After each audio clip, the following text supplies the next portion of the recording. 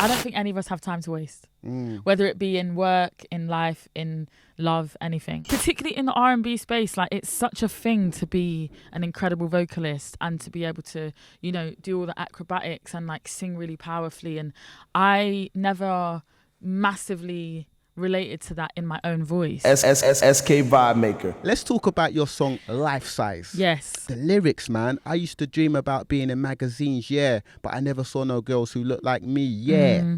Because that could be really demotivational, or it could be motivational. For sure. Well, I think as a kid it was probably demotivational. I think Western beauty standards are crazy anyway, and I think that, you know, growing up in the way that we all do now, kind of with social media and with phones, and then kind of adding in the layer of being an artist and being like public facing.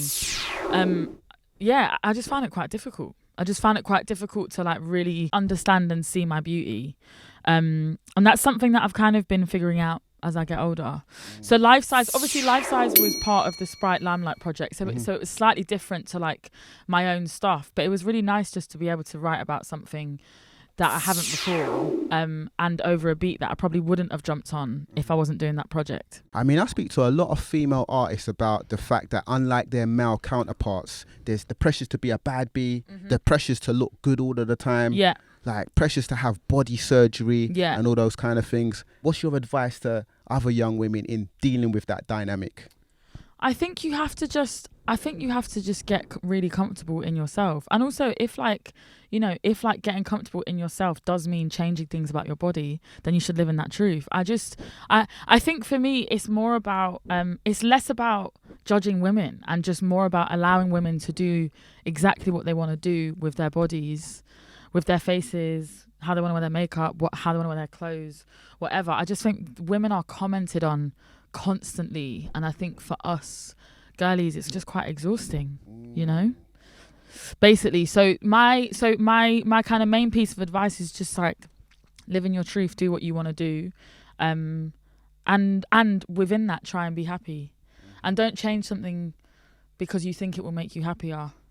Maybe would be a piece of advice, but also don't listen to me. Like, honestly, just don't listen to nobody else, you know? You were speaking earlier about when you used to introduce yourself as a songwriter and then a singer. So you're definitely a singer now, definitely established as a vocalist. Yeah. When do you feel like was the point in which you found your voice? Probably after my first album. I think making that actually... That late? Yeah. Wow. Yeah. You're talking like 2021, 22? No, 2019. 2019? Yeah.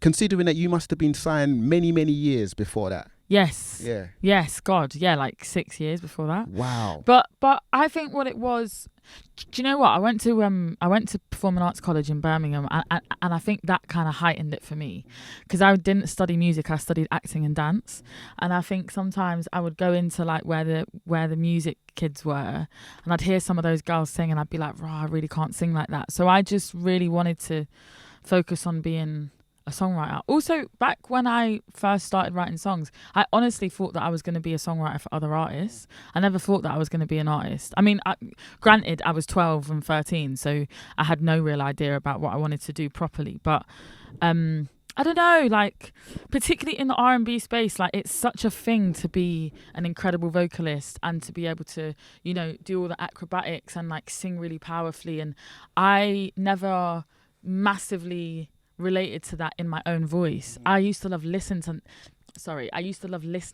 that music, but I never felt like I could do it. And I think that's why I focus so heavily on tone. Like, as a kid, I was so obsessed with like the Corinne Bailey Rays and the Ericas and the Adeles, because I was excited by their tone. And so I wanted to find my own tone, and in that find my strength as a singer. Don't downplay the tone though, because your tone is definitely a superpower. Thank you. You know what I mean? Do you feel like vocal ability is still appreciated and recognised these days by the fans though? I think it is more now. You think so? Yeah. Really? Compared to when I like was putting my first album out, I think now the kind of vocalists are the ones that are really leading the charge, to be honest. I think it's the tone babies that are falling in the back. But I think that's because of virality and because of TikTok and because of social media and the way that you can, like, you know, sing incredibly for like 15 seconds and then it goes viral. Whereas for me, my power and strength was always in my lyric. And trying to get people to really listen to that and hone in on that and be excited by that, I think it's a bit harder now. Well, talking about the lyric as a songwriter, not everyone can do it. A lot of people sing songs, they can't write lyrics like that. Yeah. What's your tips to sharpening the pen and becoming a good songwriter? Reading, to be honest. Like keeping your vocabulary large. After I left school, I think I realised just from being in London and like not really caring about books anymore, I lost a lot of that and like, I lost a lot of words. So for me, it was always about reading and just writing constantly, you know, playing with rhymes, sometimes playing with non-rhymes, like just, I don't know. I write from a very conversational perspective all the time. And I think because I write in the way that I probably would speak, that's why I think it's always worked for me. We got this new song, Pick Up the Pace, with you and Baker. Yes. You don't like the slow flow? No. I mean, usually girls are like, take it slow. Not but me. You're like, pick up the pace. Yeah, let's just get it done. I mean, talk about this, man, because you might send the wrong impression out there to like, I know you're not, I don't think you're single at the moment, but you know what I'm saying? Is this what you was telling your guy, pick up the pace? Absolutely. Actually, I have always been quite a pacey, fast person anyway, and I've got ADHD, so I'm like that naturally.